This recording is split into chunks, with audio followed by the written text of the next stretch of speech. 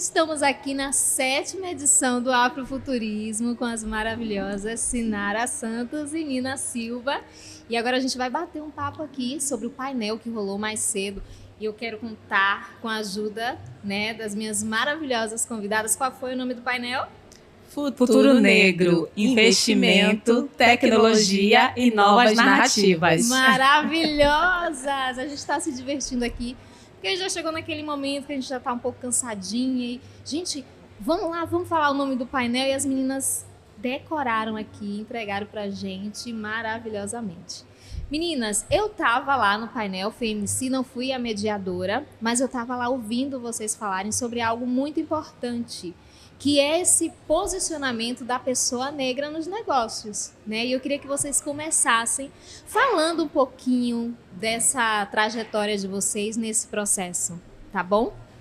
Começando, Sinara, faça as honras. Bem, eu sou Sinara Santos, como já foi apresentada. Trabalho há 5 anos com mentorias e cursos de gestão financeira para microempreendedores individuais. Então, esse trabalho me trouxe um conhecimento muito grande, sobre o que é empreender. Me tirou um pouquinho da minha caixinha de conservadora para trabalhar com a gestão financeira dos pequenos negócios. Então, trabalhar com gestão financeira de mês é muito desafiador. Então, esse meu trabalho com os microempreendedores me ajudou a pensar o empreendedorismo de uma forma muito, como é que eu posso dizer, muito no limite, mas de como é que eu poderia ajudar essas pessoas a trabalhar no limite e sair também desse limite, cuidando melhor da vida financeira, cuidando melhor do planejamento da sua empresa. Então, eu acho que a postura, no caso você falou de postura, eu penso que a postura deles em relação aos negócios é de você se sentir empoderado, não só como uma pessoa que sabe fazer a atividade fim, mas que financeiramente também, que eles consigam cuidar bem do negócio e fazer esse dinheiro crescer e render através não só da gestão financeira, mas da boa administração, de um modo geral, do negócio.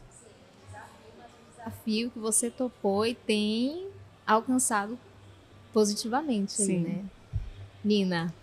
Bom, eu venho da área de tecnologia, finanças adentra durante a minha carreira, eu tenho 25 anos de carreira na área de inovação e tecnologia, mas como eu tive alguns clientes no setor bancário, instituições financeiras, eu acabei adentrando ao mundo das finanças e também comecei a compreender que esse mundo era um mundo que não tinha a minha cara, como o mundo da tecnologia. E aí fui fazer o paralelo. Por que tecnologia e finanças?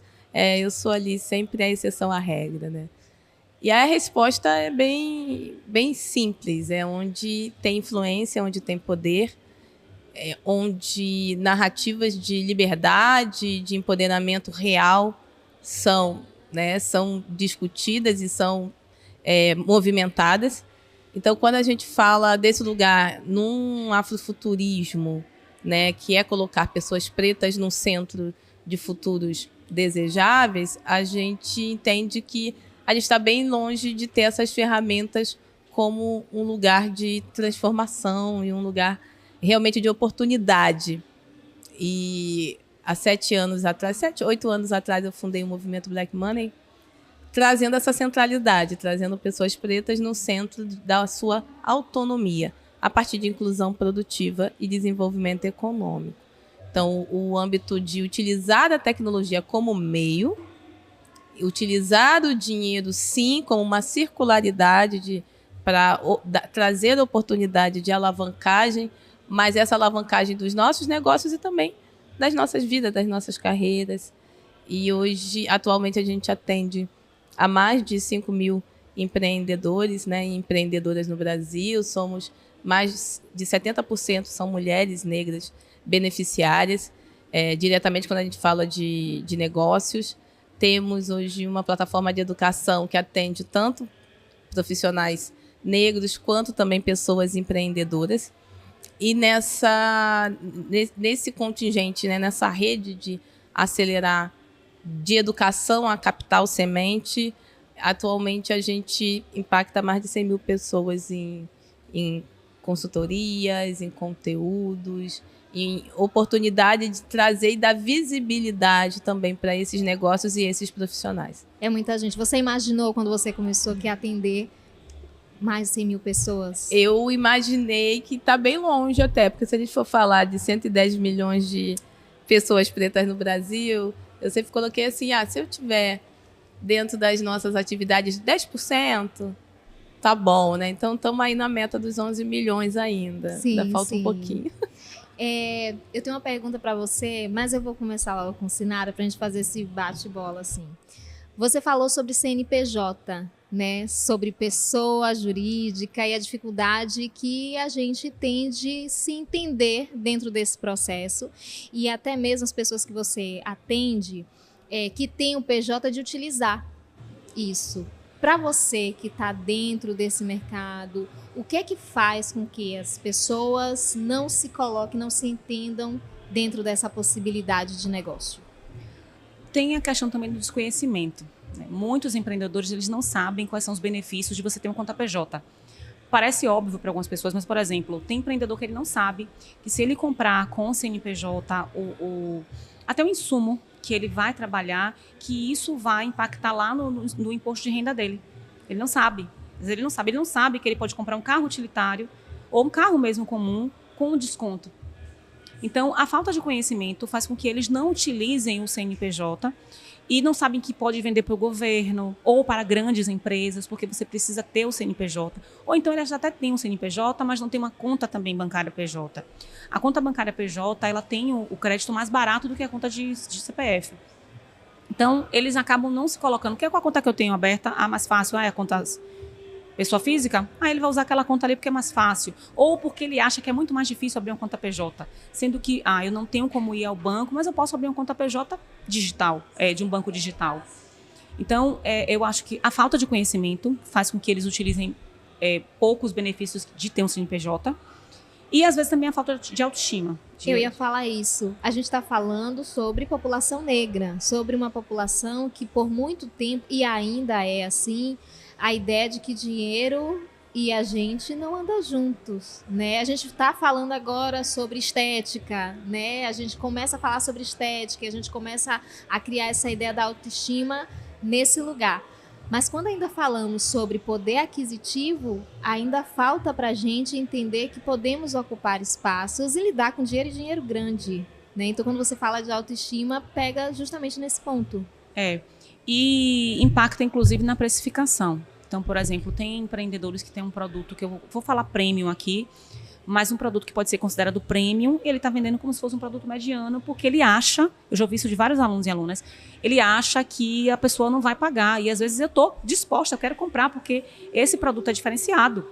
Ninguém faz aquilo ali, só essa pessoa faz aquilo. Ou então o modo dela fazer aquilo é diferente e eu quero pagar, eu achei bonito, é bom esse produto ou o serviço que ele presta, mas às vezes a pessoa ela não precifica bem porque ela acha que aquela outra pessoa não vai pagar. E, às vezes, você tem um público aí disposto a pagar e você com esse medo mesmo de, eu acho que eu não vou vender por esse preço porque eu não tenho como pagar.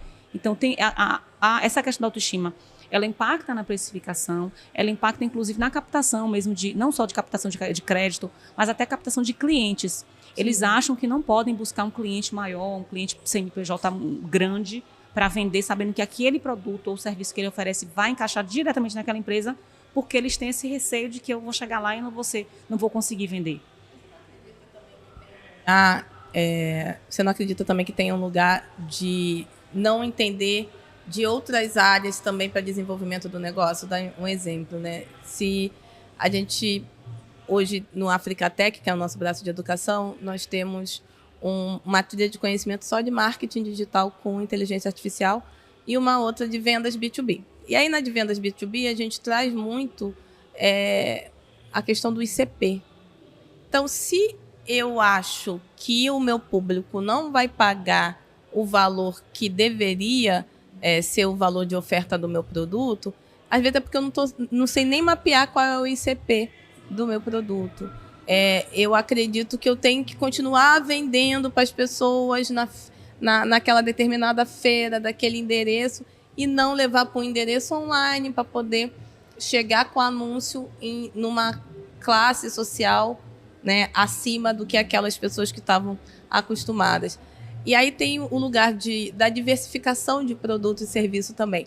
Já que eu acredito que o meu público de sempre não vai pagar o determinado preço, como que então eu crio um produto que esteja, né, ali acessível para aquela categoria de CP e o outro produto mais premium para a categoria adiante, já que eu criei esse diferencial. Eu acho que o acesso à educação, né, a gente fala bastante de educação financeira, e a Sinara falou bastante sobre isso no nosso painel, em relação à separação das finanças pessoais das finanças empresariais, mas a gente também precisa separar as mentalidades. Exato. A mentalidade pessoal do tipo, eu conheço meu público não vai querer isso. Eu conheço meu público. Essa falsa proximidade que muitas vezes é por falta de acesso a desenhar, né, esses novos públicos, ou até entender mudança de comportamento do público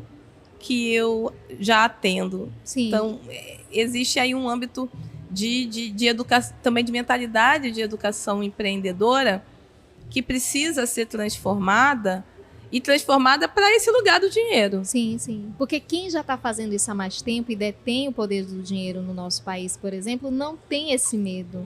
Não tem esse receio, né? E vai colocar aquele preço ali e não vai ser questionado. Não, vai ter uma bolsa de saco de lixo. Exatamente. Escrito com o nome XPTO, vai vender por $10.000 aquela bolsa e as pessoas vão comprar, porque já foi validado como mercado de luxo. Sim. Mas quem valida mercado de luxo é quem está no lugar de exclusividade, de poderio econômico. Então eu tenho que vender exclusividade para dizer que eu estou vendendo luxo. Sim. E aí você pode vender coisas que não existem, por exemplo. E as pessoas pagam por coisas que não existem. Exatamente. A gente está muito longe, primeiro, de sermos os que validam esse lugar de possibilidade, que esse é um lugar de poder também. Sim. E, ao mesmo tempo, a gente está longe de ter ferramentas técnicas para poder incrementar nos nossos produtos e serviços, para até começar a precificar melhor, até aumentar o diferencial das nossas E acho empresas. Que criar a nossa própria marca. Eu acho que você vai me dizer melhor, Nina, se tem a ver muito com o que você fala em relação ao Black Money, que é criar a nossa própria marca, identidade e enxertar dinheiro nisso. Porque a gente tem grandes marcas, grandes nomes, que tem muita gente preta comprando. Porque eu quero aparecer vestida com determinada marca que me diz que agora eu tenho poder aquisitivo, né? E nessa, quem consome, às vezes, as grandes marcas de tênis, de roupa, é a nossa população, é o nosso povo. E aí, quando a gente fala de marca, né, daquele brand feito por nosso povo, há uma dificuldade em aceitar aquele preço que foi instituído e essa ideia, não, eu não posso cobrar isso, mas marca tal cobra. E o nosso povo está pagando por isso. E por muito menos. Então, é o que... Quem identifica valor, né? Isso. Uma coisa é quando quem consegue identificar valor a partir da entrega ou simplesmente por conta de você gerar um pertencimento a um grupo. Então, se eu tenho uma bolsinha XPTO que quase ninguém tem, que só quem tem são as meninas brancas da Zona Sul do Rio de Janeiro, então eu quero pertencer àquele grupo. Código, né? O código, eu quero ser aceita, então eu vou fazer todo o movimento para poder ser aceita. E sendo pretinha, meu amor, você vai ser a pretinha com a bolsa. Não necessariamente você vai ser a patricinha da Zona Sul. Mas quando eu vou a uma feira preta e vejo uma determinada bolsa de couro, não estou nem falando que precisa ter símbolos africanos, que precisa ter tecido samacaca, que a gente precisa também começar a descaracterizar também determinadas cores. Não, tem uma bolsa ali de couro que poderia estar sendo vendida no shopping, com um acabamento incrível, com um diferencial de design. Ah, mas não tem um nome, sabe, validado de mercado estampado. Então não tem o valor. E aí isso é social e a sociedade faz isso de propósito. Sim. Dá valor sobre aquilo onde já se tem o poder e a influência. Então, o reequilíbrio de poder que a gente precisa é que a nossa comunidade identifique valores sobre as nossas coisas. E quebre, rompa essa necessidade de pertencimento a outros grupos. Sinara, teve uma pergunta no nosso painel, né, de um dos ouvintes ali, sobre o endividamento, né? Lembra? E eu achei fascinante, porque de fato a gente tem essa ideia: não posso me endividar, não posso financiar, não posso fazer nada que comprometa meu nome, porque meu nome é a única coisa que eu tenho. Fala um pouquinho sobre esse momento. No caso dele, ele falou de adquirir crédito para investir na empresa. E ele ficou com... Sim, é normal que o empreendedor tenha medo, principalmente porque nós não fomos criados para aprender a empreender. Nunca fomos, né? A gente não teve... As pessoas negras não tiveram famílias empreendedoras, empresárias. Porque pessoas brancas já têm o pai empresário, a mãe, então aquilo ali é muito comum. Então, para quem está empreendendo do zero e quer fazer um investimento, que quer buscar um investimento, captar um recurso, essa pessoa precisa entender o que é que ela quer fazer. Ela precisa fazer um bom planejamento, ela precisa entender qual é o meu negócio, o quanto eu quero crescer, o quanto eu vou crescer, fazer projeção mesmo de crescimento durante todos esses meses, quando esse valor vai retornar para a sua empresa e como é que eu vou fazer para esse valor que eu peguei emprestado retornar para a minha empresa. Porque você pegar um empréstimo por pegar, porque eu quero investir, é loucura, isso é loucura. Mas se você tem um plano de negócios bem estruturado, se você tem, inclusive, pessoas mesmo que possam te ajudar, mentores, ou até uma pessoa, um sócio, que você possa com essa pessoa contar, estudar esse negócio e fazer essa captação de recursos de uma forma inteligente, de uma forma bem planejada, vale a pena, porque as empresas só vão crescer assim. Porque você pode estar com o pensamento de investir na sua empresa, mas com todo um plano já certo de crescimento, porque você já sabe o mercado que você vai alcançar, que você quer atingir, quais são os objetivos ali dentro daquela empresa, então você consegue o recurso. Porque às vezes o que falta para o meu negócio decolar é esse recurso. Sim. Então não tem por que não buscar o recurso, mas é claro que buscar com planejamento, com organização e sem muita emoção, né? Tem que pensar com calma para não fazer besteira. Eu achei incrível essa pergunta, porque de fato a gente vem nessa cultura de dizer: meu nome é a única coisa que eu tenho. E não necessariamente você vai entrar em algo para sujar o seu nome ou para ficar endividado. Acho que a palavra que você fala é muito certeira: planejamento. Anotar, escrever sobre metas, sobre o que eu quero. Porque às vezes pra gente isso se torna algo assim tão difícil, não dá para vislumbrar, de escrever: eu tenho tais e tais metas. Porque muitas vezes a gente fica no fazer, no processo de prestar o serviço, né? De ser aquela pessoa que não empreende, que não vai ser o chefe, mas que vai estar o tempo todo servindo essa sociedade, que tem quem lucra com isso, né? Então, colocar no papel, se planejar, colocar meta, isso também tem a ver com autoestima. Isso também tem a ver com entender da possibilidade de se romper fronteiras. Mas isso também tem a ver com conhecimento, com estudo, com buscar estar com quem vai te fortalecer. Então, eu acho que vocês trouxeram no painel muito sobre isso, né? Sobre fazer a mentoria com a pessoa certa, né? Porque mentor tem vários aí. Existem vários mentores que, na verdade, quer pegar o teu dinheiro e não te fazer ganhar dinheiro. E aí, no painel teve outra coisa muito legal que foi dita, que é sobre a utilização das IAs, das novas tecnologias, se apropriar disso, porque tem muita gente com o discurso de a IA vai tomar meu emprego, a IA vai tomar meu espaço, e não está utilizando isso a seu favor, né? Então, como é isso da utilização dessas novas tecnologias para a gente? Isso, né? A gente precisa entender que tecnologia é meio, e se é meio, precisa ser apropriada pelos nossos. Se a gente fala de IA, a gente está falando de algo criado na década de 40 do século passado, né, com a neurociência. A gente não está falando de nada novo. A diferença é que a gente tem hoje a IA generativa e tem a possibilidade de acesso um pouco mais democrático do que antes. E a partir daí, como que a gente utiliza dessas tecnologias sem ser para usar filtro no Instagram, né? É isso que a gente precisa ensinar e direcionar os nossos empreendedores e empreendedoras. No Africatech a gente faz isso nos cursos, mas também nas acelerações, e ao final a gente traz um capital semente, que é um outro lugar de destravamento de oportunidades. Então, como que eu utilizo tecnologia para ser o meio para acelerar o meu dia a dia, principalmente esse dia a dia que muitas vezes essa pessoa empreendedora não tem ali funcionários, ou não tem um time, ou não consegue contratar prestadores de serviços. Então, eu consigo utilizar de tecnologias para acelerar rotinas, né, processos, para responder meus clientes, para desenhar o tipo, personalizar atendimento. Eu consigo organizar as finanças. Tem muita coisa que está na internet e é freemium, como a gente diz, né? Que começa no gratuito e as pessoas não utilizam por falta de acesso. E aí a gente vai ver a falta de acesso financeiro para poder comprar tecnologias mais avançadas e falta muitas vezes de conhecimento também para poder embarcar tecnologias mais básicas utilizar no aquilo dia que já a dia. está disponível ali de forma gratuita.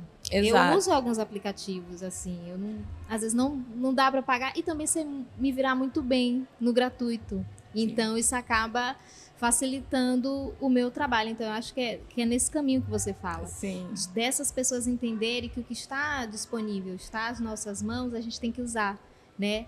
E aí, para encerrar o nosso papo, eu queria que vocês comentassem rapidamente em uma frase o que foi esse painel para vocês. Sinara. Poxa, agora. Jogo, bate-bola, jogo rápido.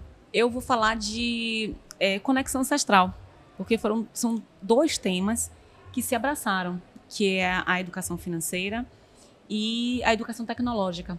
Eu acredito que conexão é a palavra para esse painel. Perfeito. Nina? Bom, para mim foi ousadia. Foi falado muito essa palavra no painel posterior, mas eu vi que o nosso ousadia com rebeldia, porque a gente falar de destravar tecnologias sem esquecer das nossas tecnologias ancestrais, das nossas tecnologias sociais, e entendendo que são elas, a partir do acesso às nossas tecnologias para gerar dinheiro para o investimento nos nossos negócios, é que vai desenhar esse afrofuturo desejável, esse afrofuturo com pessoas pretas protagonistas, esse afrofuturo sustentável, digno, né? Sem ser apenas daquele negócio para subsistência, Sim. sem ser o eu empreendedor, mas, né, um futuro de pessoas pretas empresárias, de pessoas pretas com acesso a diferentes lugares de poder político, poder financeiro, poder também da nossa palavra ser a nossa narrativa, ser central, não somente para a nossa identidade, mas também para ditar os lugares que a gente quer construir, sabe? Então, Perfeito. acho que para mim é ousadia e rebeldia, porque a gente falou bastante também da parte de como buscar investimentos, financiamento, como criarmos os nossos próprios fundos, né, e podermos nos patrocinarmos, nos fomentarmos, para no final do dia sairmos desse lugar de exclusão e entrarmos na centralidade, né, desse futuro lindo que o Afrofuturo tanto fala, né, em toda edição, e que a gente está tentando realizar. Sim, somos os ancestrais sim. do futuro, porque Perfeito. estamos realizando no presente. Exatamente. Eu tenho muito orgulho das ancestrais que estamos nos tornando. Meninas, axé. muito obrigada. Axé. Axé. Foi lindo demais. Valeu. Obrigada!